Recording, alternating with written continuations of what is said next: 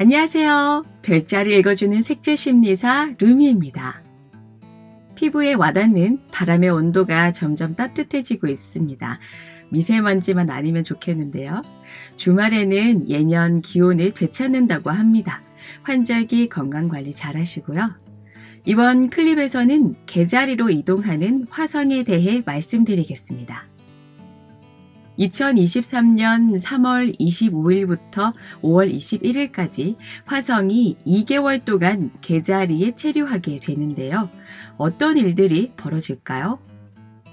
먼저 화성의 기지를 알아야겠죠.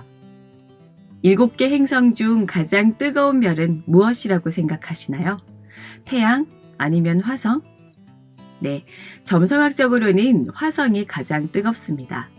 고대 바빌로니아 사제들이 하늘에 붉은 빛이 떠오르면 전쟁이나 지진, 화산 폭발 등이 일어난다고 예언했습니다. 또 화성이 그리스 신화에서 전쟁의 신 아레스를 상징하기도 하는데요. 화성은 파괴하고 부수고 경쟁자를 무찌르는 남성적인 에너지입니다. 전쟁의 신 아레스가 나타나는 곳에는 포보스와 데이모스가 따릅니다. 공포와 두려움을 의인화한 것인데요. 그만큼 전쟁이 일어나는 곳은 피로 얼룩지고 살려달라고 소리 지르고 건물은 파괴되어서 희망조차 가질 수 없는 패닉 상태에 빠지게 됩니다. 그런데 과연 나쁜 점만 있을까요? 화성의 파괴력은 개혁과 혁명이라는 순기능도 있습니다. 1789년 프랑스 혁명이 발생합니다. 루이 16세가 미국 독립혁명을 지원하다가 재정 궁핍에 빠지고 손실을 메우기 위해 90%에 달하는 평민층에게 세금을 더 거두려고 하자 화가 난 시민들이 부르봉 왕조를 몰아내기 위해 혁명을 일으킵니다. 성난 시민들에게 잡힌 루이 16세와 마리 앙뚜아네트는 단두대의 이슬로 사라지고 인간은 태어나면서부터 자유와 평등의 권리를 가진다라는 프랑스 인권 선언문이 채택됩니다. 대한민국을 볼까요? 1960년 4월 19일 이승만 정권의 대규모 부정선거가 자행됨에 따라 학생과 시민들을 중심으로 민주주의 혁명이 일어났고 결국 이승만 대통령은 4월 26일 사임하게 됩니다. 또 1987년 5월 18일 군사 독재를 끝내고 대통령 직선제로 헌법을 개정할 것을 요구하는 대규모 민주항쟁도 있었고요. 대한민국 헌법 전문을 읽어보면 우리 대한민국은 3.1 운동으로 건립된 대한민국 임시정부의 법통과 불의에 항거한 4.19 민주 이념을 계승하고 있다라고 명시되어 있습니다. 일제강점기나 6.25 전쟁 등 수많은 박해와 핍박을 견디고 혁명을 통해 민주주의 국가가 된 대한민국이야말로 화성의 영향을 많이 받아왔구나를 느끼게 되는데요. 이처럼 화성은 승자와 패자의 이분법적인 원리가 명확하고 캐캐 묵은 구시대적인 것들을 파괴하여 새롭게 다시 쌓아 올리는 순기능도 있다고 할 수 있겠습니다. 자, 그런데 화성이 입궁하는 별자리가 개자리입니다. 개자리에 대해 어떤 이미지를 가지고 있으세요? 엄마의 별자리죠.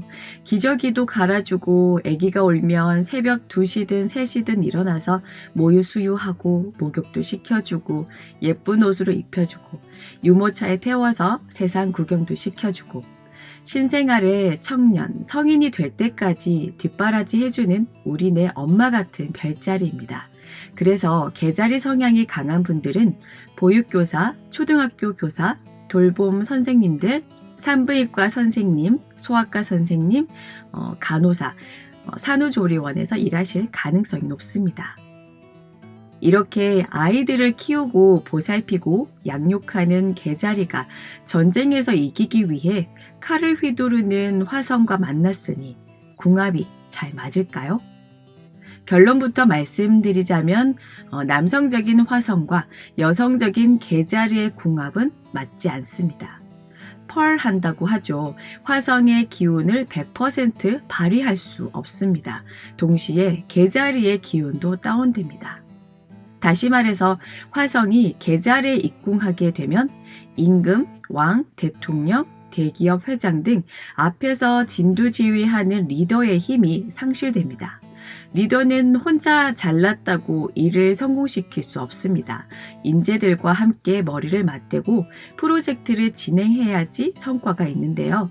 개척하고 추진하는 리더의 힘도 부족할 뿐더러 리더를 따르는 측근들도 없고 보좌진들이 있다 해도 각자 도생하느라 국정을 챙기지 못하는 그런 상황이 나타날 수 있습니다.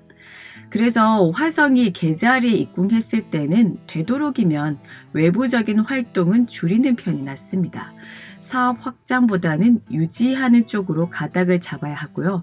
안테나를 밖에서 안으로 방향을 변경해야 합니다. 공격이 아니라 수성을 해야 할 때입니다. 차트를 보면 리브라, 어센의 7하우스 양자리에는 태양과 수성, 목성이 대치하고 있고 화성은 10하우스에 위치하고 있습니다. 리브라, 에리즈, 캔서는 무버블 사인인데요. 시작이 빠릅니다. 변화 변동도 심하고 그런데 끝맺음이 약해요.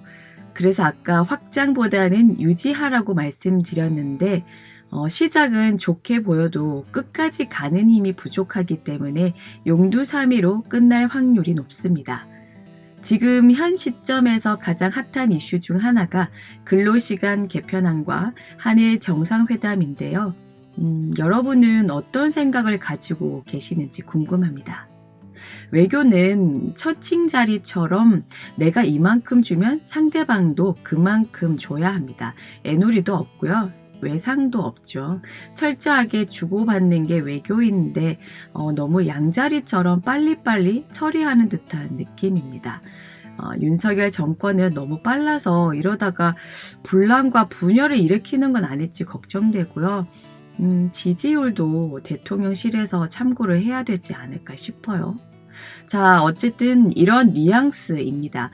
여론 수렴 없이 또 내부 실무회의를 촘촘하게 거치지 않고 저출산 계획이나 근로시간 개편안, 만 5살 초등학교 입학 등 정책을 덜컥 발표해놓고 반응이 심상치 않으니 철회하거나 진화에 나서는 흐름을 보면서 무버블 사인의 장단점이 읽혀집니다. 다시 차트로 돌아와서요. 4월 6일까지 태양과 화성이 스퀘어, 흉곽을 맺고 또 5월 7일부터 목성과 흉곽을 맺습니다. 화성과 태양, 목성은 뜨거운 행성들이기 때문에 이들을 함께 붙여놓으면 싸움밖에 안 납니다. 화성은 승리를 위해, 태양은 권력 유지를 위해서, 목성은 자신의 대의 명분을 견고히 굳히기 위해서 한치의 양보도 하지 않습니다. 그래서 이 기간을 어떻게 하면 잘 활용할 수 있을지 얘기하자면 앞서 언급했듯이 밖으로 향했던 안테나를 안으로 방향 전환할 필요가 있습니다. 내실을 튼튼하게 다져야 합니다. 화성은 끊어낼 수 있는 힘이 있어요. 물론 좋게 이어지던 인연이 점점 멀어지면서 상실감이나 우울감을 호소할 수도 있겠지만 나에게 도움이 안 되는 인연들, 나를 업신여기고 가스라이팅을 하고 감정 쓰레기통이나 분풀이 상대로 보는 인연들을 확실하게 끊어낼 수 있는 기회가 될 수 있습니다. 그런데 계자리이기 때문에 너무너무 친한 관계의 사람, 특히 가족을 끊어내야 하는 아픔이 동시에 있을 수 있습니다. 정신적으로나 경제적으로 아직 독립하지 못한 2030 세대가 많다는 기사를 읽었었는데요. 가족은 정말 중요하죠. 전쟁터 같은 일상을 보내고 나의 둥지, 베이스 캠프로 돌아가서 마음 편히 쉴 수 있는데 어느 날부턴가 가족이 나에게 짐으로 다가올 수도 있고요. 독립을 해야 하는데 또 사랑하는 사람이 있어서 결혼을 하고 싶은데 엄마가 불쌍해서 아빠가 안쓰러워서 이런 이유로 자신의 인생을 부모님께 바치는 행위는 길게 봐서는 자기에게 또 부모님에게도 좋지 않다고 생각해요.